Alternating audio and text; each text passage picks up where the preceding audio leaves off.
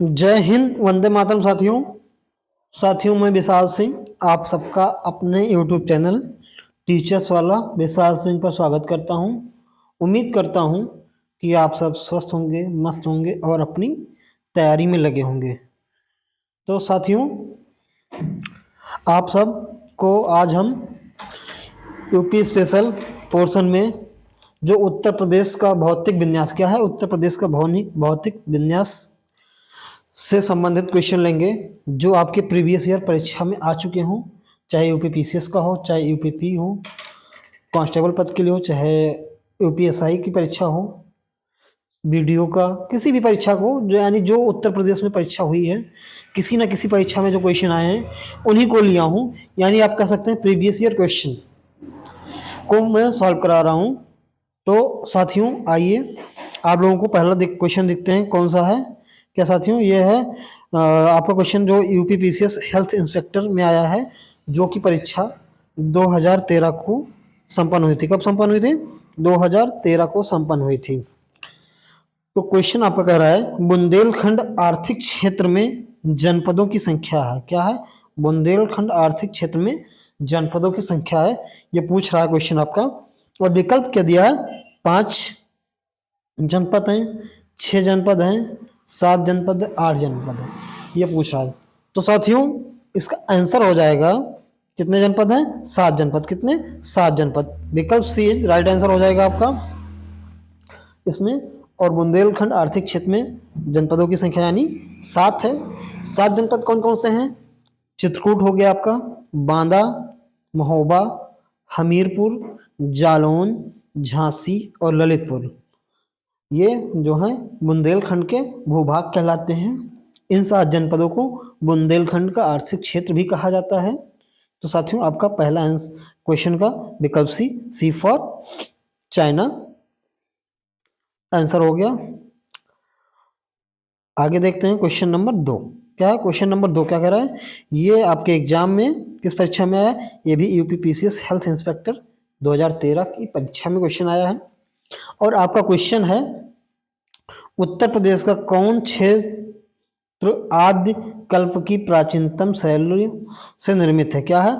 उत्तर प्रदेश का कौन क्षेत्र आदि कल्प की प्राचीनतम शैलियों से निर्मित है? आपका विकल्प पहला है शिवालिक क्षेत्र है, विंध्याचल क्षेत्र है, रुहेलखंड है, बुंदेलखंड है। तो साथियों इसका आंसर हो जाएगा क्या? बुंदेलखंड। कौन सा आंसर? बुंदेलखंड।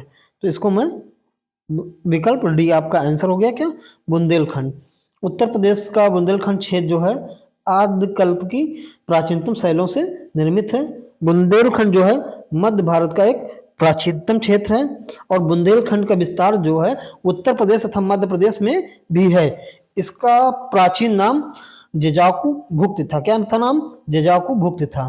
तो साथियों आपका विकल्प D for Denmark is right answer. Second का डी आंसर सही है। आगे देखते हैं क्वेश्चन नंबर 3। क्या कहता है आपका? एक क्वेश्चन दिया है जिसको सुमेलित नहीं है उसको हमें पता करना है कौन सा सुमेलित नहीं है।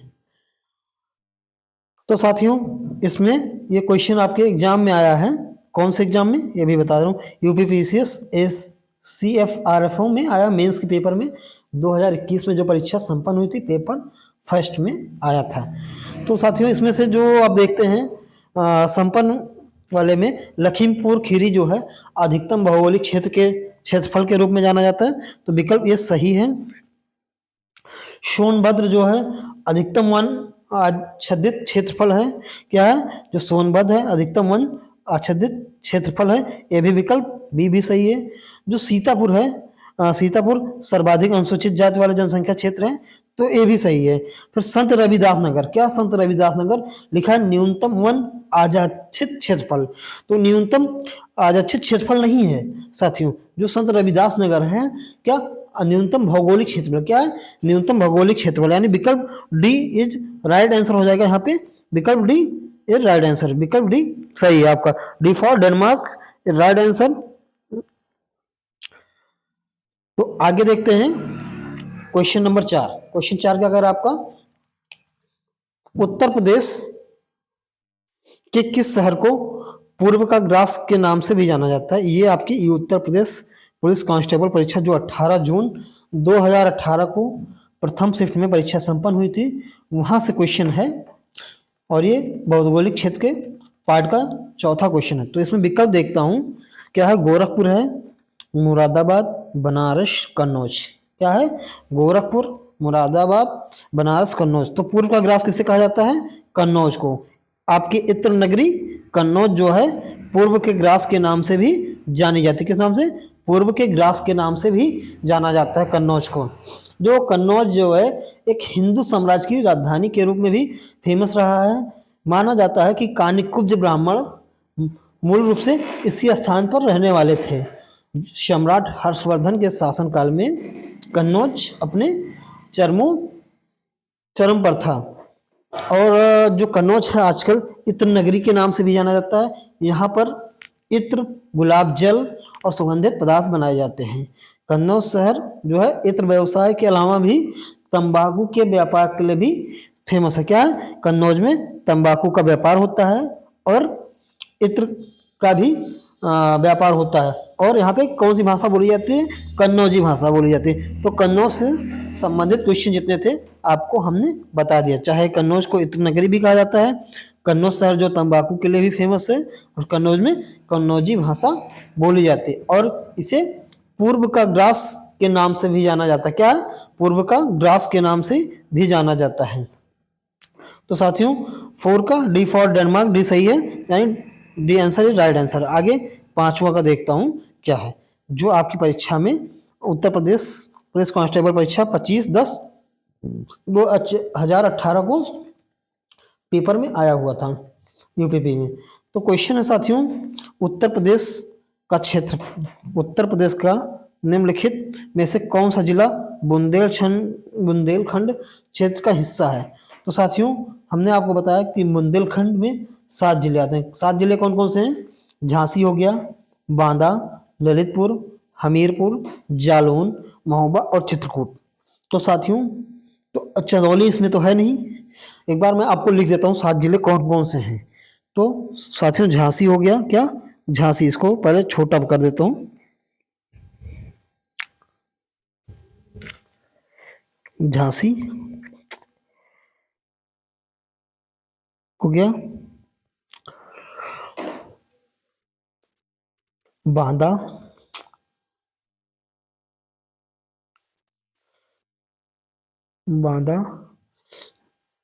जालौन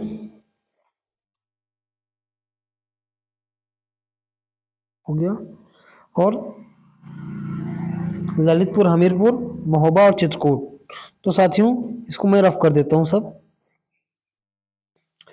क्योंकि लिखना छोटे डिस्प्ले पे आसान नहीं है। आपको मैं बता दे रहा हूँ, नोट कर लीजिएगा। झांसी हो गया, बांदा, ललितपुर, हमीरपुर, जालौन, महोबा और चित्रकूट, ये 7 जिले हैं। तो इनमें से सातों में से देखते हैं कौन सा जिला इसमें है।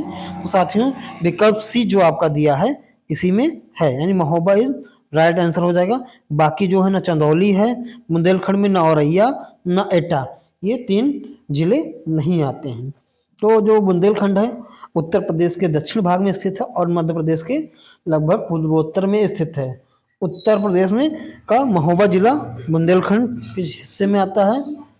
और बुंदेलखंड जो है भारत के उस भूखंड के नाम है जिसके उत्तर में कौन सी नदी, यमुना नदी है। बुंदेलखंड के उत्तर में यमुना नदी बहती है, दक्षिण में विंध्याचल पर्वत है, और पूर्व में टॉन्स नदी, कौन सी नदी, टॉन्स नदी है, और पश्चिम में बेतवा नदी स्थित है। और इसमें 7 जिले आते हैं, तो आपको हमने बता दिया। तो साथियों आंसर 5 का कौन सा होगा, सी आंसर होगा। तो आपका सी आंसर। आगे देखते हैं 6वां क्वेश्चन क्या है, निम्नलिखित सूची 1 को सूची 2 से सम्मिलित कीजिए और सूचियों के नीचे दिए गए कोड का प्रयोग कर सही उत्तर चयन कीजिए। तो सूची 1 हिमालय की चोटियां हैं और दूसरा राज्य, यानी हिमालय की चोटियों में और कौन सा राज्य संबंधित है। तो आइए देखते हैं इसमें से कौन सा विकल्प सही है। तो ये आपकी परीक्षा में आया असिस्टेंट अकाउंटेंट की परीक्षा में, किसमें, असिस्टेंट अकाउंटेंट की परीक्षा में आया है। तो साथियों नंगा पर्वत जो है कहाँ है, जम्मू कश्मीर, यानी ये पहला सही है। नंदा देवी कहाँ पे है, नंदा देवी पर्वत उत्तराखंड में है। तो इसका 2 हो गया। और कंचनजंगा तब सिक्किम हो गया। ठीक, तो ए का क्या होगा, पहले एक लिख देते हैं। ठीक, फिर दूसरा क्या, 2 का 3 है, फिर 3 का 2, 1 3 2, ए बी सी, ए ऊपर लिख दो, बी यहाँ हो गया, सी यहाँ, तो एक के नीचे 1 है, बी के नीचे 3, सी के नीचे 2। तो ऐसा विकल्प आपका कौन सा मैच खा रहा है, विकल्प बी केवल मैच खा रहा है, तो आपका बी इज राइट आंसर हो जाएगा यहाँ पे। तो इसका आंसर बी हो गया, सुमेश, सही सुमेलित वाला। फिर आगे देखते हैं क्वेश्चन नंबर नेक्स्ट, जो आपका 7वां क्वेश्चन रहेगा। 6 तक आपने यहाँ कर लिए, आप लोगों को कोई दिक्कत नहीं हो रही होगी साथियों। आगे देखते हैं 7वां क्वेश्चन। किस शहर को अभी तक राष्ट्रीय राजधानी क्षेत्र में सम्मिलित नहीं किया गया? ऐसा कौन सा शहर है जिसको अभी तक का राष्ट्रीय राजधानी क्षेत्र में सम्मिलित नहीं किया गया, यानी इनमें से नहीं है? निगेटिव आंसर को टिक करना है। ये क्वेश्चन ग्राम पंचायत अधिकारी यानी वीडियो की परीक्षा में 21 फरवरी 2016 को जो संपन्न हुई थी उसमें आया था। तो साथियों इसमें से क्या है, उत्तर प्रदेश का अलीगढ़ जिला जो है अभी तक का इसमें सम्मिलित नहीं है। बाकी इन तीनों जिले जो हैं, चाहे जींद हो, करनाल हो, मुजफ्फरनगर, ये सब क्या है, राष्ट्रीय राजधानी क्षेत्र में सम्मिलित हैं। तो इसका आंसर हो जाएगा साथियों सी आंसर, क्या है, अलीगढ़। तो राष्ट्रीय राजधानी क्षेत्र में दिल्ली है और उत्तर प्रदेश के 8 जिले शामिल हैं उसमें। पहला हो गया आपका गाजियाबाद, गौतम बुद्ध नगर, बुलंदशहर, मेरठ, बागपत, हापुड़, मुजफ्फरनगर और शामली। और हरियाणा का क्या है, फरीदाबाद भी है, गुड़गांव, मेवात, रोहतक, सोनीपत, रेवाड़ी और झज्जर, पानीपत, पलवल, महेंद्रगढ़, भिवानी, जींद है और करनाल भी है। क्या है, जींद और करनाल भी है और मुजफ्फरनगर भी है तथा राजस्थान के भरतपुर, अलवर है। ये इतने जिले शामिल हैं। राजस्थान का 2 जिला है, एक भरतपुर, अलवर, और क्या है आपका हरियाणा के फरीदाबाद, गुड़गांव, मेवात, रोहतक, सोनीपत, रेवाड़ी, झज्जर, पानीपत, पलवल, महेंद्रगढ़, भिवानी, ये सब क्या है, हरियाणा के राष्ट्रीय राजधानी क्षेत्र में आते हैं। और उत्तर प्रदेश का 8 जिला है, गाजियाबाद, गौतम बुद्ध नगर, बुलंदशहर, मेरठ, बागपत, हापुड़, मुजफ्फरनगर और शामली। ये सब होगा दिल्ली का पूरा क्षेत्र आता है साथियों। तो इसका आंसर क्या हो गया, अलीगढ़ जो है राष्ट्रीय राजधानी क्षेत्र में नहीं है। फिर आगे देखते हैं क्वेश्चन नंबर 8। क्या, क्वेश्चन नंबर 8, क्वेश्चन नंबर 8 ये जो आपके एग्जाम में आया है, लोअर एग्जाम 1/10/2019 को सेकंड शिफ्ट का पेपर है, लोअर पीसेस वाले में से। तो साथियों इसका क्वेश्चन देखते हैं, बुंदेलखंड नामक क्षेत्र में निम्नलिखित किस सीमा के अंतर्गत आता है? जो बुंदेलखंड नामक क्षेत्र है इसमें से किस सीमा के अंतर्गत आता है? उत्तर प्रदेश बिहार सीमा, तो ये तो आता नहीं है। उत्तर प्रदेश बिहार सीमा एक कट गया। उत्तर प्रदेश नेपाल सीमा, ये भी नहीं है। उत्तर प्रदेश उत्तराखंड सीमा, ये भी नहीं है। तो साथियों क्या बचा, उत्तर प्रदेश मध्य प्रदेश सीमा, क्योंकि उत्तर प्रदेश के दक्षिण में और मध्य प्रदेश के पूर्वोत्तर सीमा इसका टच करता है बुंदेलखंड को। तो इस प्रकार आपका आंसर क्या होगा, बी इज राइट आंसर। क्या होगा, बी इज राइट आंसर हो जाएगा, बी हो गया। आगे देखते हैं, आपको एक बार और बता देता हूँ, उत्तर प्रदेश के जो है 11 जिलों की सीमा मध्य प्रदेश से लगती है। कितनी जिलों की सीमा मध्य प्रदेश से लगती है? आप ध्यान रखिएगा कि उत्तर प्रदेश के 11 जिलों की सीमा मध्य प्रदेश से लगती है। वो जिले कौन कौन से हैं, इटावा हो गया, जालौन, झांसी, आगरा, ललितपुर, महोबा, बांदा, चित्रकूट, प्रयागराज, मिर्जापुर और सोनभद्र। ये क्या है, जिसके जिले मध्य प्रदेश से लगते हैं। और उत्तर प्रदेश के दक्षिण में 7 जनपद हैं और 2 संभाग, और मध्य प्रदेश के उत्तर में 13 जनपद, 3 संभाग में लगभग 1.5 लाख वर्ग किलोमीटर में फैले क्षेत्र को बुंदेलखंड नाम से जाना जाता है। जो बुंदेलखंड क्षेत्र है उसका क्या है, एरिया 1.5 लाख किलोमीटर स्क्वायर के आसपास है, जिसमें से 13 जनपद आते हैं, जो कि 2 मध्य प्रदेश के जिले भी हैं उसमें से।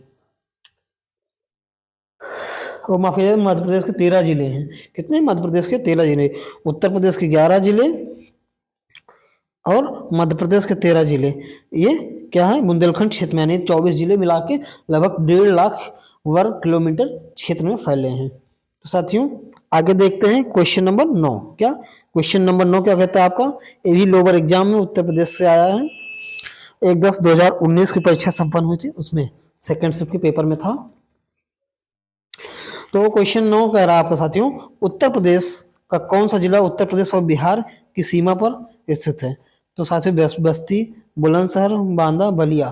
तो इसमें आप लोग जानते हैं डी फॉर डेनमार्क हो जाएगा, क्योंकि बलिया जो है इसमें से केवल यही एक आंसर है जो उस पर टच करता है, बिहार और उत्तर प्रदेश की सीमा पर है। तो साथियों उत्तर प्रदेश का बलिया जिला बिहार की सीमा पर स्थित है और उत्तर प्रदेश के देश के यानी 8 राज्य और एक केंद्र शासित प्रदेश मिला के 9 राज्यों से लगती है। यानी उत्तर प्रदेश की सीमा जो है 8 राज्य और एक केंद्र शासित प्रदेश मिला के 9 राज्यों की सीमा को टच करती है, जिसमें से राजस्थान, मध्य प्रदेश हो गया, छत्तीसगढ़, झारखंड, बिहार, उत्तराखंड, हिमाचल प्रदेश और उत्तर प्रदेश के 7 जिलों से लगती है, जिसमें बिहार राज्य की क्या है, बिहार राज्य की सीमा उत्तर प्रदेश के 7 जिलों से लगती है। कितने जिलों से? 7 जिलों से लगती है बिहार राज्य की सीमा।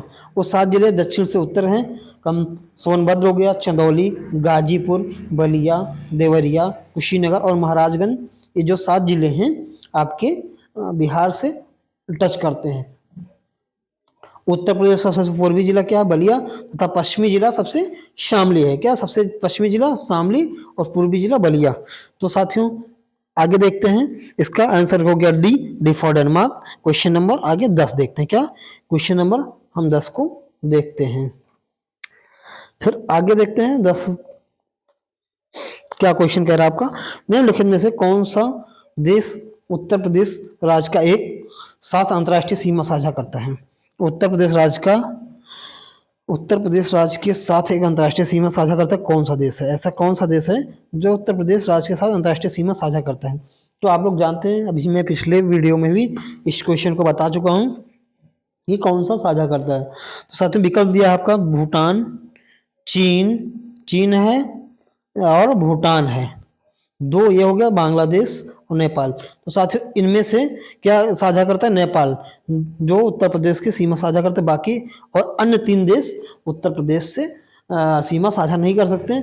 उत्तर प्रदेश के 7 जिले नेपाल से सीमा साझा करते हैं, जो आपका पीलीभीत हो गया, लखीमपुर खीरी हो गया, बहराइच, श्रावस्ती, बलरामपुर, सिद्धार्थनगर, महाराजगंज, ये जो है नेपाल की सीमा से साझा करते हैं।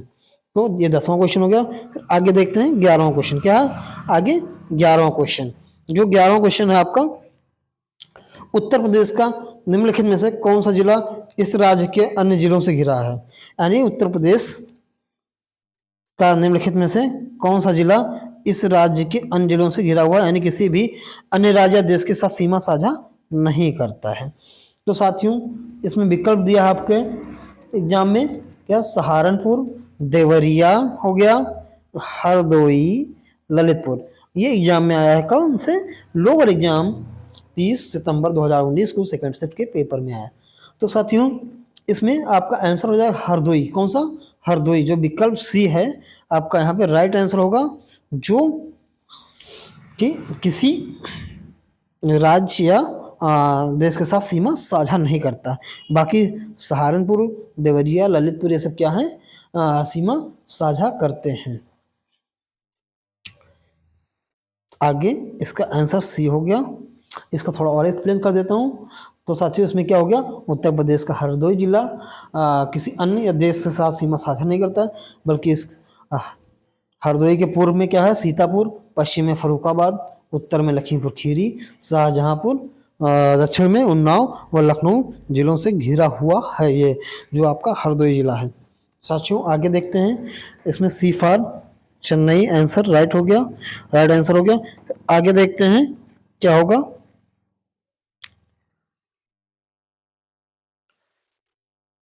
12वां क्वेश्चन आपका कहता है, उत्तर प्रदेश के निम्नलिखित में कौन से जिले की सीमा मध्य प्रदेश के साथ साझा नहीं करती है।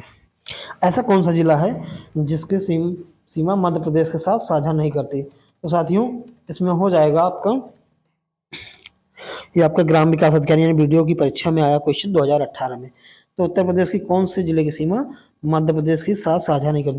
तो अभी आपने पढ़ा कि इलाहाबाद की सीमा साझा करती है, मिर्जापुर की भी सीमा साझा करती है, इटावा की भी सीमा साझा करती है। तो साथियों इसमें विकल्प डी आंसर हो जाएगा, जो कि अलीगढ़ अलीगढ़ की सीमा साझा नहीं करती। किसकी सीमा साझा नहीं करती?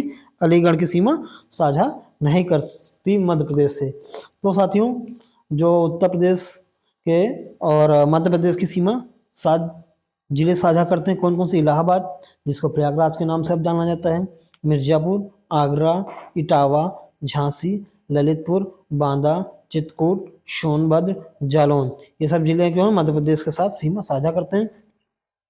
जबकि उत्तर प्रदेश का अलीगढ़, सहारनपुर, शामली, गौतम बुद्ध नगर, मथुरा, बागपत, ये सब क्या है? हरियाणा के साथ सीमा साझा करते हैं। तो इसमें क्या हो गया आपका? डी आंसर राइट होगा। D for Denmark is right answer 12 का। तो आगे देखते हैं इस भौगोलिक क्षेत्र से क्वेश्चन जो बनने वाले थे, इसका लास्ट क्वेश्चन है। इसके बाद उत्तर प्रदेश की जलवायु से देखेंगे क्वेश्चन। ये आया है व्यायाम प्रशिक्षक में, आया 16 सितंबर 2018 की परीक्षा से है। ये 13वां क्वेश्चन आपका कह रहा है साथियों। उत्तर प्रदेश की भौगोलिक सीमा सर्वाधिक राज्यों को स्पर्श कर दी। क्या? उत्तर प्रदेश की भौगोलिक सीमा सर्वाधिक राज्यों की सीमा स्पर्श करती। बात सही है। निम्नलिखित में से कौन सा राज्य इनमें से शामिल नहीं है, यानी कौन से राज्य की सीमा को साझा नहीं करती है? तो साथियों उत्तराखंड से सीमा उत्तर प्रदेश की साझा करती है, उड़ीसा करती है, मध्य प्रदेश, झारखंड, ये 4 विकल्प दिए हैं। इन चारों में से कोई ऐसा एक राज्य है जिसकी सीमा साझा नहीं करती है। तो साथियों आप जानते हैं कि उत्तराखंड से सीमा साझा करती है, मध्य प्रदेश से भी सीमा साझा करती है और झारखंड से भी। तो साथियों इसमें विकल्प जो बी बचता है आपका, इसमें उत्तर प्रदेश की सीमा को साझा नहीं करती है। तो इसका आपका आंसर हो जाएगा उड़ीसा। कौन सा? उड़ीसा राइट आंसर हो जाएगा। B for boy is right answer Orissa. आगे देखते हैं क्या क्वेश्चन आता है। तो साथियों आपने देखा ये भौतिक क्षेत्र से क्वेश्चन था। फिर आगे आपका क्वेश्चन है जलवायु एवं मृदा से। क्या है? जलवायु एवं मृदा से जितने क्वेश्चन आपके प्रीवियस ईयर एग्जाम में बने हैं उनको मैं प्रैक्टिस करा दे रहा हूँ, जिससे आपको भौतिक क्षेत्र और जलवायु मृदा से जो भी क्वेश्चन बनने वाले हैं आपका कवर हो जाए, कोई क्वेश्चन मिस ना हो। तो साथियों आइए जलवायु एवं मृदा से आपका पहला क्वेश्चन देखते हैं, जो कि यूपीपीसीएसजे 2006 की परीक्षा में आया है। क्या? यूपीपीसीएसजे की 2006 में परीक्षा है, जो जज की परीक्षा होती है। तो क्वेश्चन आपका दिया है निम्न प्रकारों की मिट्टी में से निम्न प्रकारों की मिट्टी में से किस एक की बुंदेलखंड क्षेत्र की प्रमुखता है? यानी जो बुंदेलखंड क्षेत्र की प्रमुखता कौन सी मिट्टी पाई जाती है बुंदेलखंड में, ये पूछ रहा है क्वेश्चन। तो बुंदेलखंड में विकल्प क्या कह रहा है? काली कपास की मिट्टी पाई जाती है, जलोढ़ मिट्टी, करेल मिट्टी, विंध्यन मिट्टी। तो साथियों बुंदेलखंड में कितने प्रकार की मिट्टी पाई जाती है? दो प्रकार की पाई जाती है। कौन कौन सी? एक काली मिट्टी और एक लाल मिट्टी। 2 प्रकार की मिट्टी पाई जाती है। तो साथियों यहाँ पे लाल मिट्टी तो दी नहीं है, काली मिट्टी दी है। क्या है? काली मिट्टी दी है। तो विकल्प ये आपका राइट आंसर हो जाएगा। क्या? विकल्प ये इज राइट आंसर हो जाएगा। यहाँ पे विकल्प ये काली मिट्टी पाई जाती है। तो काली मिट्टी जो है, काली मिट्टी में 2 प्रमुख वर्ग की मिट्टी पाई जाती है, एक काबर एवं मार। क्या है? काबर एवं मार 2 प्रकार की मिट्टी काली मिट्टी में भी पाई जाती है। जो काली मिट्टी की काबर और मार मिट्टी होती है, इसमें जल धारण क्षमता बहुत अधिक होती है, जल बहुत अधिक सोखते हैं, उत्पादन क्षमता भी इसमें अत्यधिक होती है। यानी काली मिट्टी में अत्यधिक जल धारण क्षमता होती है और उत्पादन भी बहुत अच्छा होता है अत्यधिक। और लाल मिट्टी जो है, लाल मिट्टी को रॉकर और एरुआ 2 समूह में विभक्त किया जाता है और इसमें मिट्टी में जल धारण क्षमता और उत्पादन क्षमता बहुत कम होती है।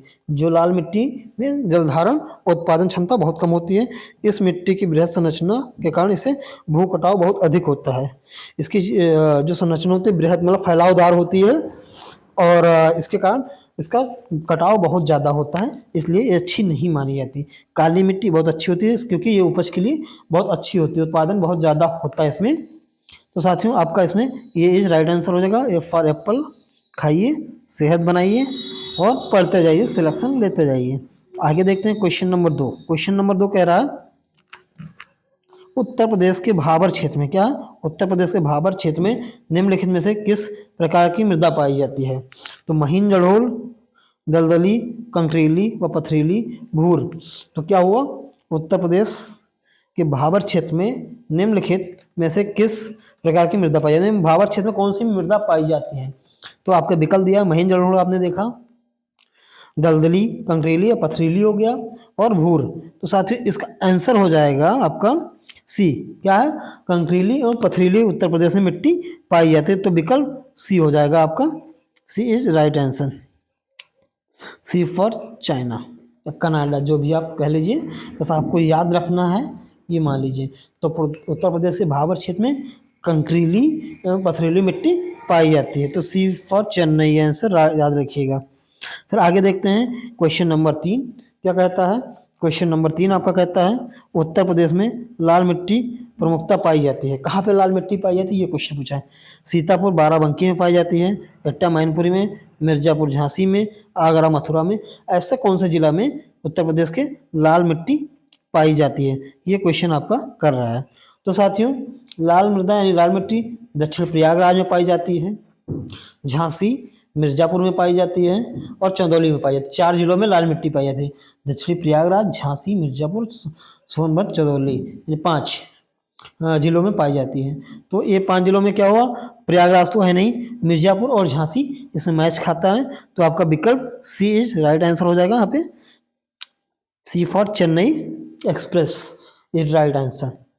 तो और आगे इस मिट्टी का निर्माण जो होता है बालू के होता है, लाल बिंदे चट्टानों के टूटने फीटने से हुआ। इस मृदा में नाइट्रोजन, लाल मिट्टी में क्या है, नाइट्रोजन पाया जाता है, फास्फोरस तथा चूना तथा जैव तत्वों की कमी तथा लौह के अंश की अधिकता होती है। इसमें लौह तत्व ज़्यादा पाए जाते हैं लाल मिट्टी में, और ये मिर्जापुर, झांसी, प्रयागराज, सोनभद्र, चंदौली में पाई जाती है। और ये उपज के लिए अच्छी मिट्टी नहीं मानी जाती। साथ ही उसमें इसका आंसर हो जाएगा क्वेश्चन नंबर 3 का, क्या होगा answer, C for Chennai is right answer, Chennai express.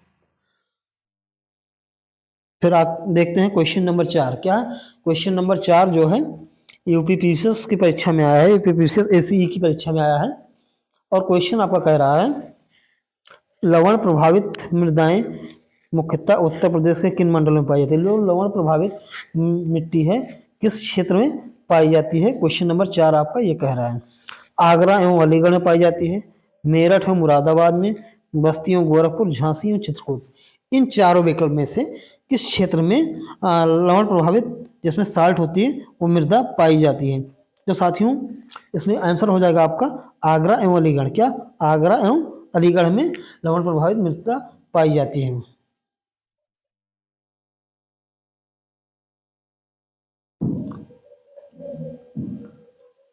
तो इसमें A for Apple is right answer होगा 4 का। आगे देखते हैं 5वां क्वेश्चन। 5वां क्वेश्चन आपका कहता है साथियों निम्नलिखित स्थानों में वर्षा ऋतु में कहाँ सर्वाधिक वर्षा होती है? इन सर्वाधिक वर्षा किस जिले में होती है?